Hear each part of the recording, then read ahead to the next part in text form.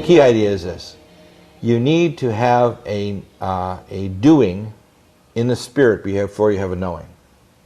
In other words, you need to contact that higher self to say, why I'm a human being, not a human doing. In other words, you need to be where you're supposed to be. You need to be in a position where you're supposed to be, and then the things just unfold. Yes. And this is why all these things have happened to me. People say that it's impossible all these things could happen to one person. I say, well, it happens because I hear and do. And literally, the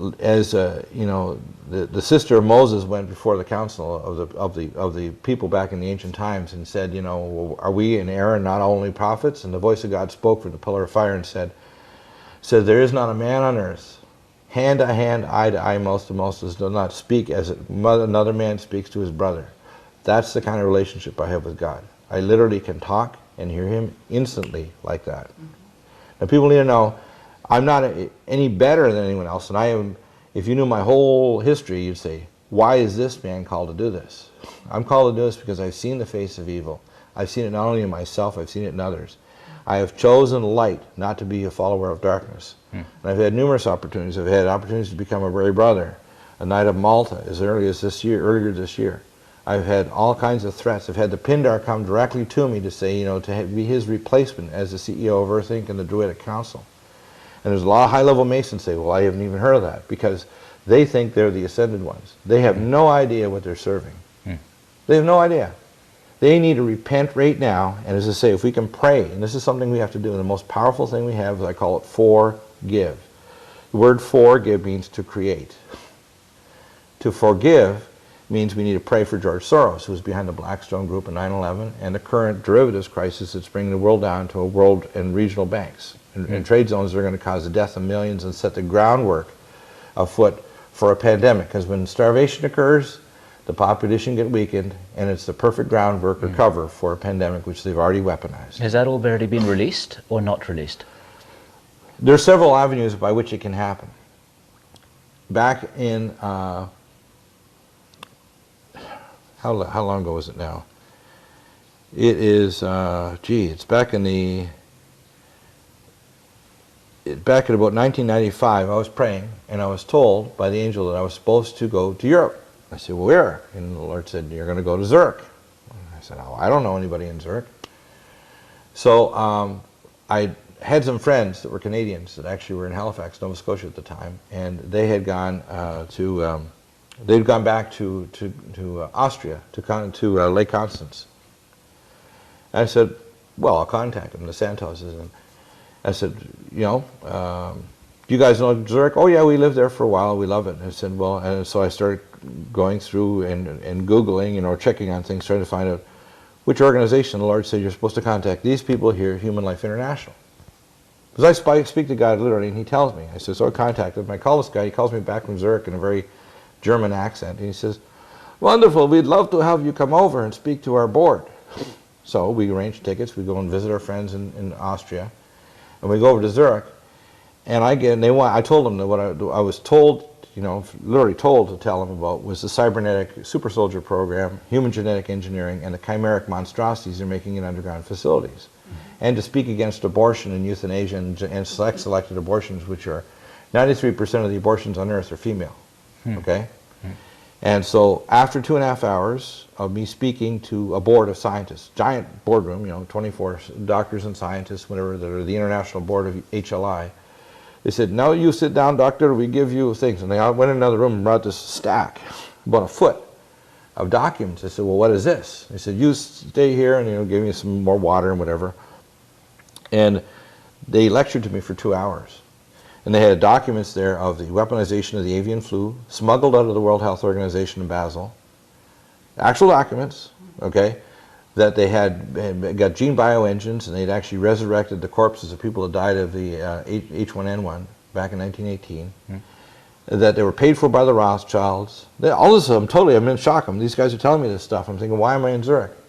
And after they finished that, which was about 6 inches, then they gave me documents that they had these plasmid vaccines that were injected every month, and they were drawing blood from women in sub-Saharan Africa, testing to see if they create antibodies against human chorionic gonadotropin to sterilize them.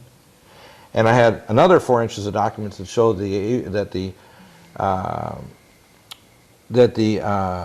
AIDS was completely weaponized by cross genetically engineering the Visna virus with other viruses, and they gave me the actual documents. So I'm sitting there kind of freaked out, wondering. And of course we went to dinner afterward with these doctors. They said, now you bring all this, I brought it all back with me, of course, to North America. But the thing is, back in you can see how God puts me in all these positions. Back in 1974, I had finished a year of medical school, and I had someone try to recruit me from a U.S. government agency to take a year off medical school and go to Uganda for the Special Virus Project. Because I had worked, before I went into medicine, I was working on my honors degree and had finished my PhD research project in 5 months, although I didn't write the thesis, for Dr. Robert Brown, who was one of the doctors working on the T-virus project in Bethesda. So I was already a bioweaponeer, okay? And you turned that down? I turned it down. I told him there's no way I was going to do it. But I had recalled this from 74 to 1997 when they gave me all these documents, and here it was. I was also the whistleblower that blew the whistle that the factor VIII that was used for hemophiliacs, I was the main whistleblower for the Canadian government and those lawsuits that got to all these doctors, that they were getting it and combining all these factor VIIIs, because I had a pile of hemophiliacs when I was practicing in Calgary that were dying of AIDS, specifically because they gave them purposely contaminated factor VIII. Yes. Okay? And all these things, all my experiences through my life were laid out so that I would be what I am now, a beaten piece of steel like a samurai sword, hardened enough with the truth and willing to tell the truth, to tell people that you need to make the right decision. You cannot believe your pastor, your rabbi, your Buddhist master, your ascended masters, your ET contactees. You need to contact yourself, the Spirit of the Most High God. You need to analyze what's going on foreign policy and money. For example, money, as Socrates said, is only means of exchange. Why are we willing to do spending cuts that'll starve people? Why are we going to bail out $700 billion to banksters that are gambling in the future, that are going to guarantee that we're going to have a crash and a death of civilization? Why? And they know that starvation leads to war, pestilence, and the crash of civilization, and it's very fragile. And they're purposely bringing this about. This is the start, this phase right now with the collapse of the banks is the start toward world government, World Bank, regional currencies, chipping the population, and they're ready probably by next year. I've already calculated and been told by my sources, both natural and classified as well as supernatural, there's about a 30% chance of an avian pandemic this year, and a 70% chance next year, and a 100% chance the year after. When you say this year, you mean in the next 12 months? No, between now and the end of December. Really? Yeah. Okay, that's okay. Very disturbing, okay? But we're talking about going up to 70%, which means next year we have a very grave possibility of a thermonuclear attack, at least on the Bashar reactor and 450 targets, and a counter-response, which is going to release a radiation cloud and cut off the Strait of Hormuz. Now, I was taken in 1988, one of my very first visions I was taken. So I was taken up high above Saudi Arabia in the spirit, and I actually looked down, and I could see the carrier groups all assembling. This is 1988, 20 years ago, and I looked down, and the angel told me, he says, watch this place, because this is where it will all start, the Strait of Hormuz. And how close are we to that now, potentially? We are so close we can feel the breath of the dragon. People that need to pull back, and none of these people that call themselves candidates for president that are in the two leading parties are safe. Neither one. Obama is backed by Zbigniew Brzezinski, that wrote the Grand Chessboard, that was the head of the Security Council, that was one of the CFR members of Georgetown University. He is personally determined to directly confront with thermonuclear and other weapons Russia. Yep. Yes. Okay? Yep. We have Joe Biden, who released this information just in the last few weeks. This guy is very clever, but very evil. And he's directly involved with the cover-up of the Israeli Purdue OxyContin scam, where there's a Purdue Pharma plant in Israel distributing billions of dollars of illegal OxyContin in America. And we have the proof of it, okay? This is not conjecture. Yep. Then we've got McCain, who spent 5.5 years under the control of a Russian mind control scientist, the top Russian mind control scientist. And I heard him on the debate, and I think he won the debate against Obama, because Obama, if he's not reading a teleprompter, is not that smart. McCain was sharper, and he showed more presidential, but McCain is determined that he's going to invade, and as well as Obama, he's going to invade Pakistan and get the Waziristani nukes.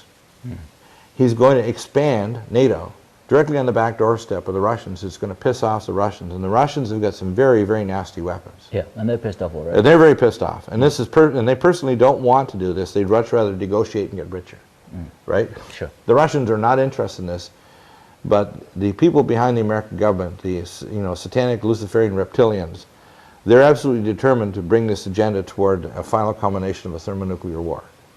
Right. Okay, they're determined to do it.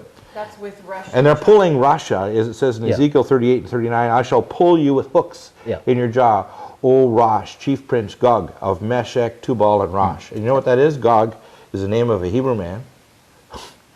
Rosh, Russia. Meshech, Moscow, Tobolsk. Okay. This is Russia. They've armed to the teeth all these nations. They got the S-300 anti-aircraft system. They got the Icon hypersonic cruise missile. They got EMP weapons. And they've armed the teeth of the Syria and Iran. And they're building the largest outside of Russia naval base right now in Syria. Yeah, and they're poking the bear with a sharp stick. They're poking the bear with a sharp stick. So what we've got to do is people need to get in a panic here. It's not a matter of voting for Palin and McCain or voting for Obama. Either alternative guarantees a thermonuclear war. Yeah. Is this election going to happen to schedule, or could something happen to it? It really doesn't matter. It doesn't matter. Okay. Even if it's delayed 6 months, it doesn't matter if McCain gets in there and Palin. The thing that I'm particularly concerned about is someone like McCain, if he lives long enough, which I'm very concerned about, because he's had a third recurrence of a melanoma, he needs to have lymphatic spread. And I know I do consulting, helping people integrate with treatments for cancer all around the world. Unless he's getting some of the new classified anti-cancer therapies, or some of the people that I know in Europe or elsewhere, like Dr. Tullio Simoncini and Dr. Munoz and Tijuana and other places where you get IPT and so on, he's a dead man. This cancer or another cancer is going to come back and kill him, and he'll probably die in his term. And we're not talking about a 30% chance. We're probably talking 80% chance in the first 2 years of his term, if he does become president, that President Palin will take over. With what consequences? Well, President Palin doesn't, I don't think has the, to me, she's pro-life, which is positive for a lot of Christian rights. She's going to drag a lot of votes that way. But in terms of her ability to have a rational judgment with the extreme religious background that she has is going to be very disturbing. Now, I'm for her pro-life issue, and I'm for the fact that she's got spirituality, but when you have religion and it's clouded that Israel could do no wrong, that's freaking dangerous. And she says that Iraq is God's war. Right, yeah, now that's really dangerous. And you can't say Israel can do no wrong when the whole nation of Israel are sabotaging Luciferian Satanist Jews, okay, who do not worship the God of Abraham and Isaac and Jacob, and have nothing to do with what she thinks and what they laugh at her and think that this Christian fool is going to back us no matter what and allow us to attack Iran or Russia. And she's playing straight into their hands. Right, she's playing right into their hands, and of course they're using her as a card to manipulate. Now, on the other hand, we got Obama, and there's a trail of strange things going on behind him. And you know this because I have so many contacts you would not believe it. I would spend a lot of time on the Obama is if you want to call him, a messianic figure. This is a very dangerous man. Okay. In fact, of all of the options we have, Obama is the most dangerous of all of them. Okay, so that's the most worst version. He's the most worst version. Even Biden would be better. Biden might actually have a clue, even though he's a bit of a criminal. But our understanding is that Biden probably won't make it to the election. Is it possible that Hillary could be back on the ticket somehow? It's possible. It's possible. The thing is that Hillary, other than Obama, is the most scary individual I've ever met. She is very brilliant, incredibly evil, and her family, the Rodhams, have been Luciferic Satanists for hundreds, if not thousands of years. She has a lot of stuff attached to her. So what's the way out of all of that? The way out of it is just to get the population to go up, to pray for the leaders, to get the people woke up. If we just get a tiny minority of the body of mankind to wake up to the truth of this, whether they think they're atheists or agnostics or Jews or Christians, they got to stop being Armageddonites. They got to stop being Sabbatean Jews. They got to stop being religious, thinking, oh well, it's just karma being worked out in their Buddhism, right? They got to stop all that foolishness and pick up their scepter and say, we craft the future. We're going to determine whether or not mankind is going to survive what's coming. And they got to start making decisions. They got to start saying, hey, we're not going to participate with a country that's going to have a thermonuclear war with Iran. We're not going to as John, as Carlin said, if you vote for one of these blankety blank guys or this blankety blank guy, you can't complain when either one of them starts a thermonuclear war. Okay, but actually people are left with that choice. Now, They aren't. They can actually, the thing is that I think we need to transcend politics. We need to transcend religion. We need to stop thinking that if we make the right decision on the right leader, we've solved the problem. Mm-hmm. The transformation is not at the leadership level of the White House. absolutely. It's not even at the Capitol building of the state. It's not even at the town council. It's in us. We have to decide that we're no longer going to participate in these things. We're not going to participate in churches and pastors or politicians doing these things. We're not going to participate in a financial collapse that's going to starve millions and start a pandemic. We're not going to participate in doing those things. Okay, well, but nuts and bolts, and on a spiritual level, that their choice is clear, I would say. Yeah, but they make hard decisions. See, those decisions are so hard that most people don't want to swallow that. So they want to either attack me or any other messenger giving this message. Sure. They don't want to make the tough choices to say, hey, I'm not going to participate with what they plan on doing. I'm going to make certain that I'm not going to vote. Give an example. What happens if nobody went out to vote? What if everybody said, hey, we know both these guys, with either party are going to support the $700 billion bailout? Because in the next 2 weeks, long before the election, they're going to sign this damn thing, and if they sign it, they guarantee you call it the controlled demolition of the economy of the world, and the devolution to the mark of the beast, which is coming. I've walked personally through the array, and either party is going to guarantee that. Now, whether it's the Obama and his messianic vision, or it's McCain and Sarah Palin with her, her Armageddonite vision, it doesn't matter. The devil will move forward like a snake, pushing itself on its own belly. Okay, we've also gotten the information about October, and I'm sure you've heard Half Past Human. Yes, I can tell you what, We have 13 different, actually 14 now, different data points. October, you're correct. Somewhere lined up in October. Somewhere between the 7th and 15th of October, and I get the same feeling. Right. A lot of time I don't know it because I get what I call go to bed at night, wake up in cold sweats, get visions, see people crying, I see starvation, I see privation, I see darkness, a lot of very bad visions, very jumbled up. And I can't tell you what it is specifically, but I can tell you what it makes sense to me if I just take my intellectual viewpoint. I think we're going to have a financial crash. Okay. I think the financial crash is going to be so severe and so painful that the grocery store shelves are going to be completely emptied in a very, very near future. I mean, and it can only last for maybe a few weeks, but it's going to frighten people so badly that no matter what the government presents to them in terms of world government, regional currencies, Amero, whatever, they're going to take it. Right. And then when they can go back and buy their latte and go to the movie theater and put gas in their car at a reasonable price, they're going to say, thank God we got this. Right. But I can tell you right now, what I see is empty shelves. And martial law. And martial law. And martial law, remember now, martial law will be almost like a theater. It'll be on, they brought back an entire division. I posted up the article on clay and iron today. So if you go to clayandiron.com, I posted up that article. They brought an entire division back to America to be permanently stationed for civil defense inside the United States. That's 650,000 battle-hardened troops with heavy artillery and weapons to be able to control civilian populations. They don't need to be in the whole country. The media is on that screen there. I call it Satan Vision. Okay, on that box. What they need to do is they need to frighten people to accepting whatever the agenda is. Yep. So they need a thing like a Katrina thing in one or another city or 2 or 3 cities. Maybe they need an event like what they've been working on, this idea of blowing up dirty bombs and nukes in 2 or 3 cities.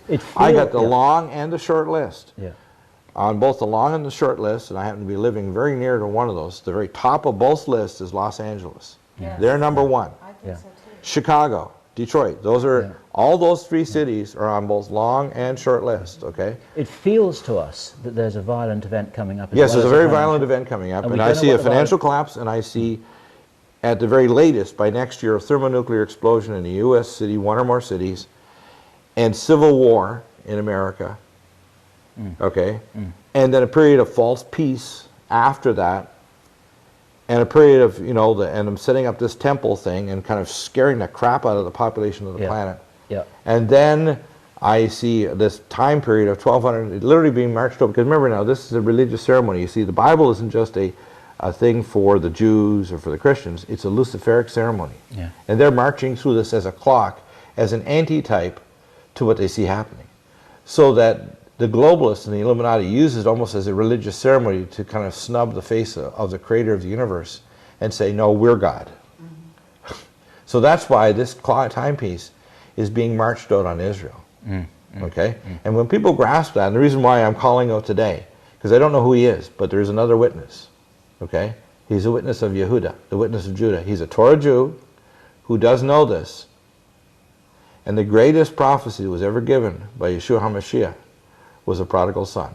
That Ephraim, which is the 10 tribes, would be hauled away, scattered over the earth with the Assyrians, and that they would return, and they would bring on their shoulders literally the ability to know and how to protect the Jews on earth, because the Holocaust is coming, Jews.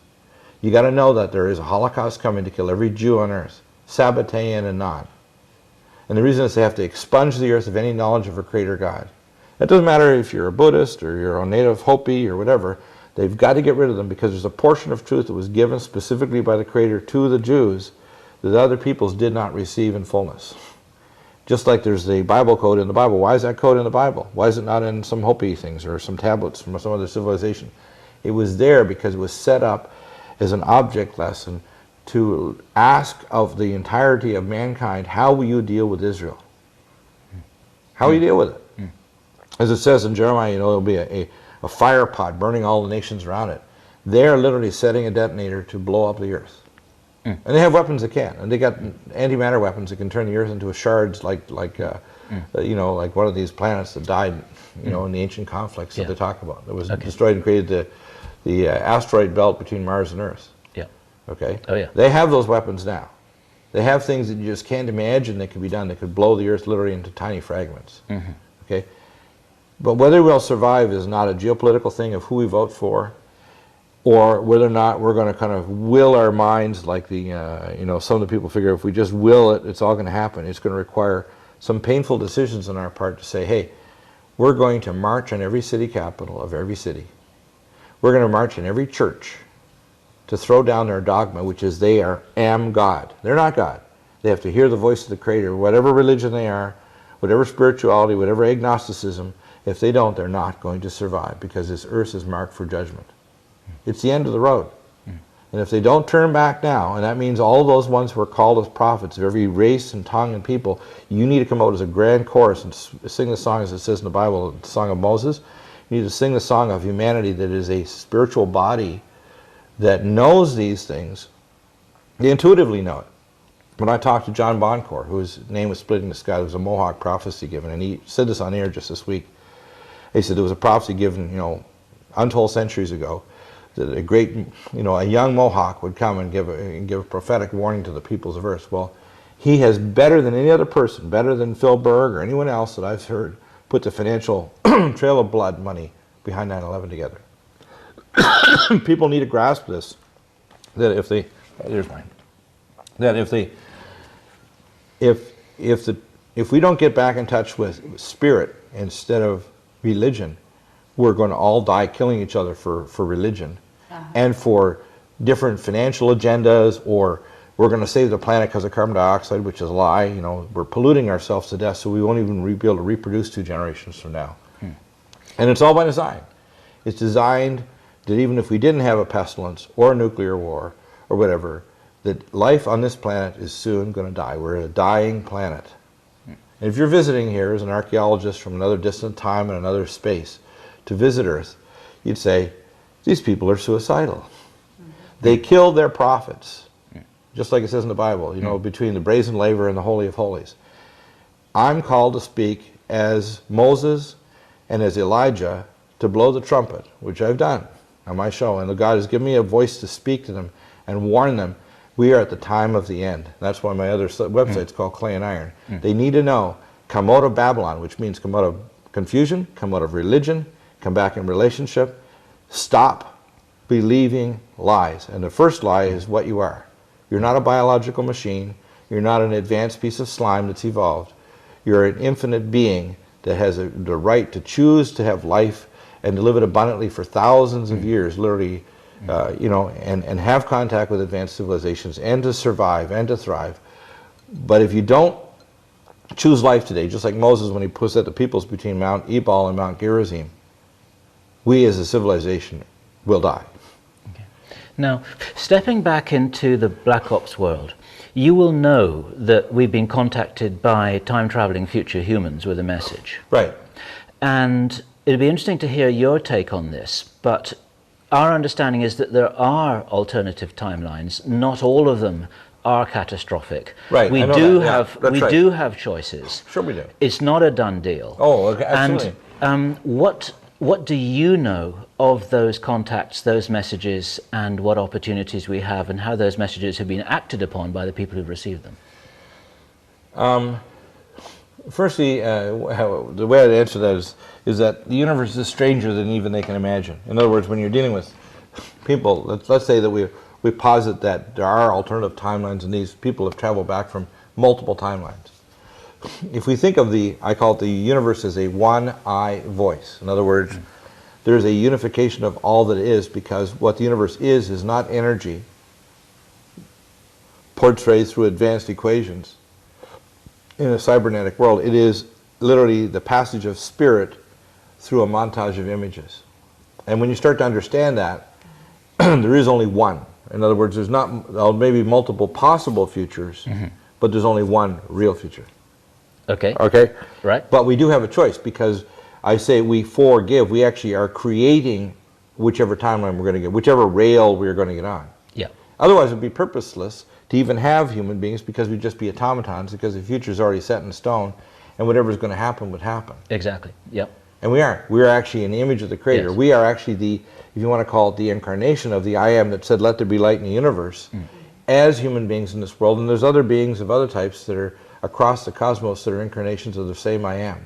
And they've come to the knowledge that they are and have that responsibility to be, as in a sense, midwives to Earth. Well, Yes. in the birthing room of this civilization. We're literally in the birthing room Yes. now. But what do you know and what have you heard of those messages from future humans who presumably are altruistically trying to help in some way, because they're looking back through their own history saying, don't do that stuff because this happened to us, or some other message? What do you know about this? You have to use a great deal of discernment, because one of the things about alternative timelines in terms of an actual being coming back from a timeline is you have to think, is this inserted ideas? Because the very nature of the universe is that there is one timeline that you follow. There may be alternatives that you have a choice of, but you have to use discernment. You got to remember that, in a sense, we live in a matrix. We live in a cybernetic world that to a great extent is the manifestation of a higher dimensional reality of being that transcends our physical body. For example, I try to tell people this repeatedly, is that your mind, i.e., which is equal to your soul, is not physical. It doesn't exist in this plane. So when people talk about psychic phenomena and doppelgangers and other things, what they're really referring to is something that's just the very nature of what we are. Our physical mind doesn't exist in this level, okay? The physical mind is just a chemical computer. It's a bunch of neurons connected that are connected to our nuclei in our eyes and in our physical senses. But our physical brain is not what we are. It's connected through the cord of living waters to our physical brain. And so if we don't understand what kind of a being we are, we won't make correct decisions. So part of this idea of timelines or even incarnation, for example, if you talk to people about incarnation, they'll say, well, 40% of the incarnations are supposedly from the future. Or they're even non-human beings, okay? Yes, yep. By that. But the way I tell people is, I said, maybe you're just kind of picking up almost like a radio tuned into a certain frequency, certain object lessons or spiritual things, so that you can understand this, something you're supposed to learn or remember in this lifetime. In other words, you're not becoming, does that make sense? So that's, Chris? Yeah. So that's why I see this as being a misinterpretation of it, okay? So this idea that there's alternative timelines, I think, is a deception. A very, very significant deception, because it says that the world is a mechanistic Cartesian world that's created by energetics, and we're just kind of like leaves that are pushed along by energy, space, and time, and we really don't have any choices to our future. In fact, we actually are the gods of this world. But I'm not talking about replacing the Creator God. I mean hearing the voice and doing the will. And that's a very different thing. So in other words, reality is created on this energetic plane by spirit. It's not the other way around. Of course. And that's the problem. And so when you hear people saying that they've had physical contact, the deception is very, very powerful.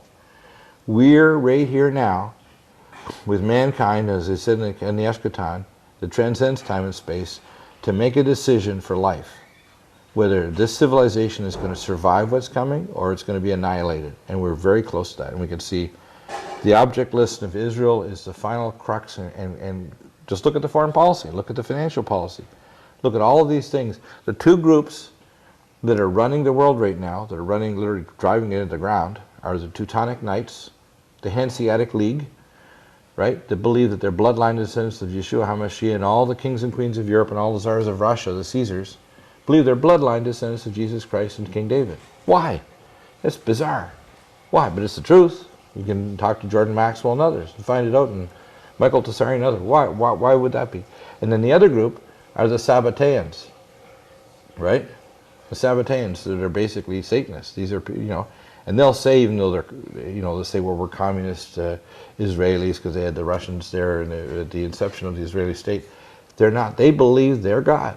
There is no God. They're trying to say, look, just like Bill Maher in his movie Religious, obviously he's a Kabbalist. He believes in the Kabbalah, in the highest levels of the Kabbalah. If you go ahead deep into Masonry, are entirely, you go right back to the Temple of Solomon. They're completely, they'll look Jewish, but they're not. They're satanic. They go right back to Atlantis and before. These were adopted into it and invaded into it at the time of Solomon. That's why they'll say they'll elevate Solomon as a great leader. No, he allowed the body of the truth of ancient Israel to be infected by this monstrosity.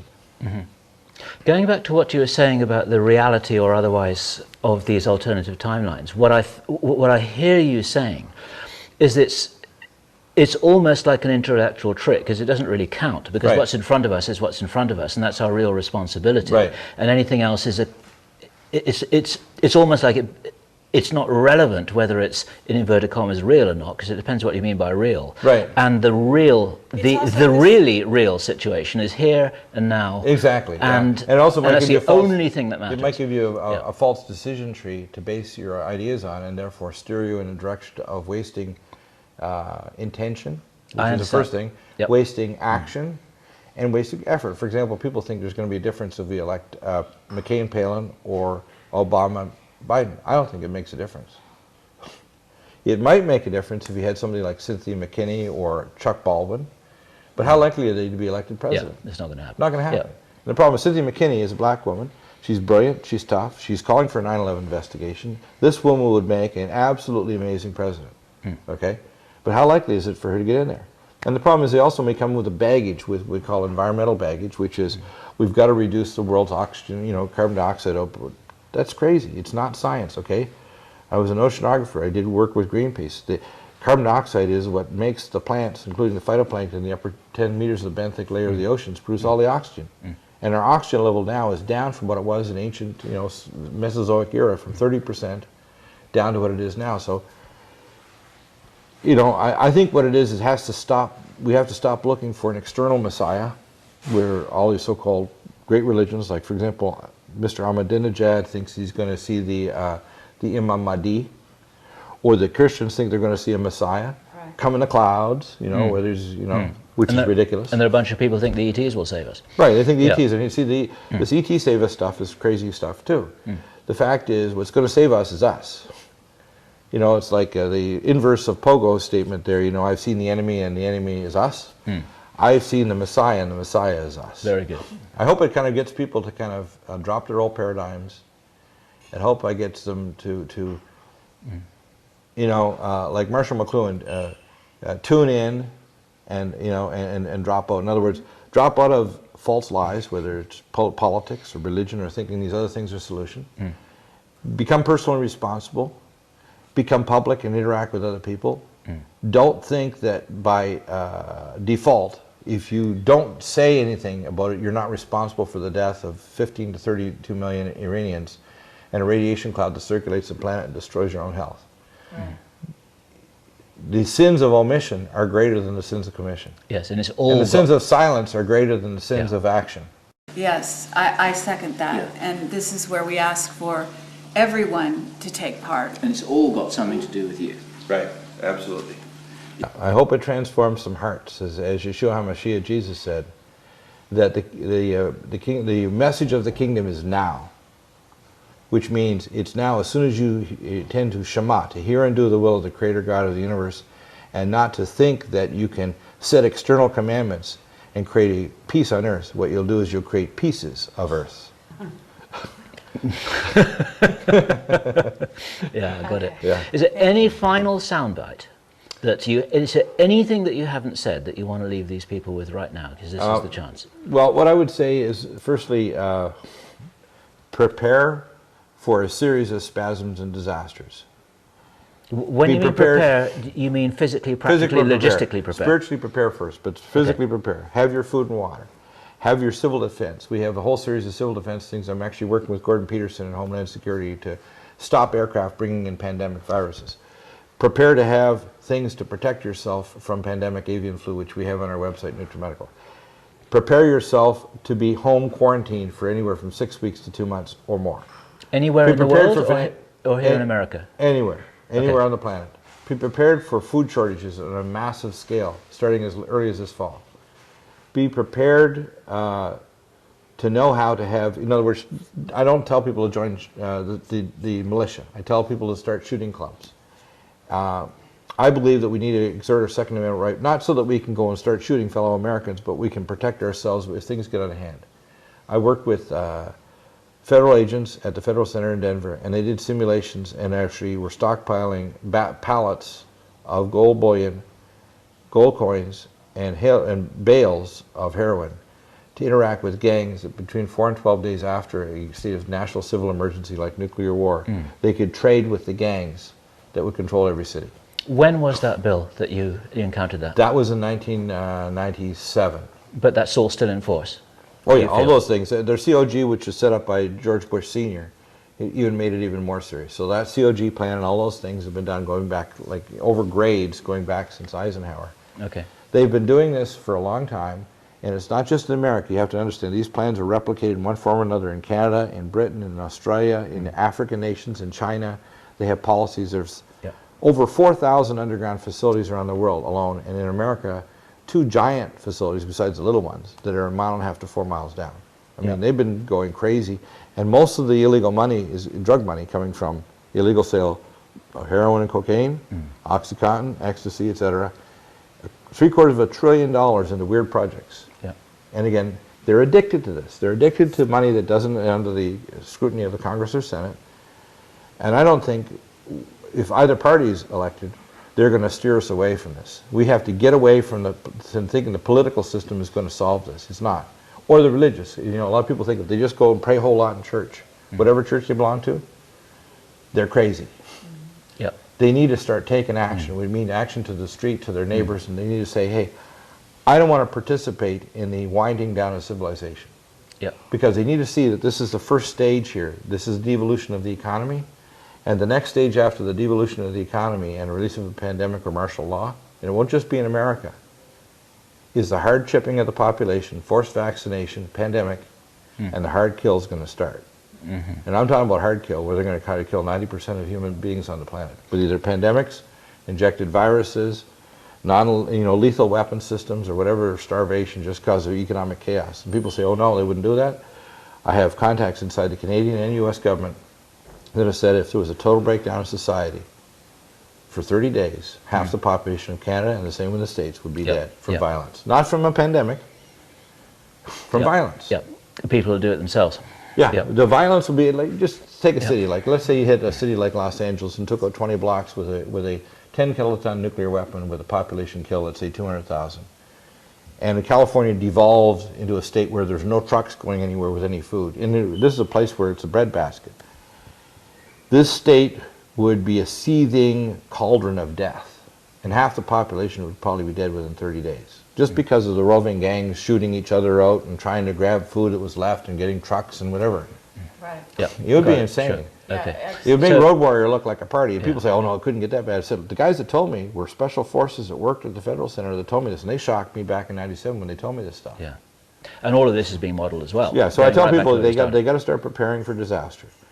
And then it'll come back out of that, because when they bring it out, the next thing is, oh, that wasn't too bad. It was only 2 weeks of martial law, or 6 weeks. And Yeah. And that's just to get people acclimatized to the idea. just right. like Katrina. You know, Yeah. we let the people in Katrina now live in dead, trailers that would ruin their health, or they have homes that are still loaded with mold that are killing them, right?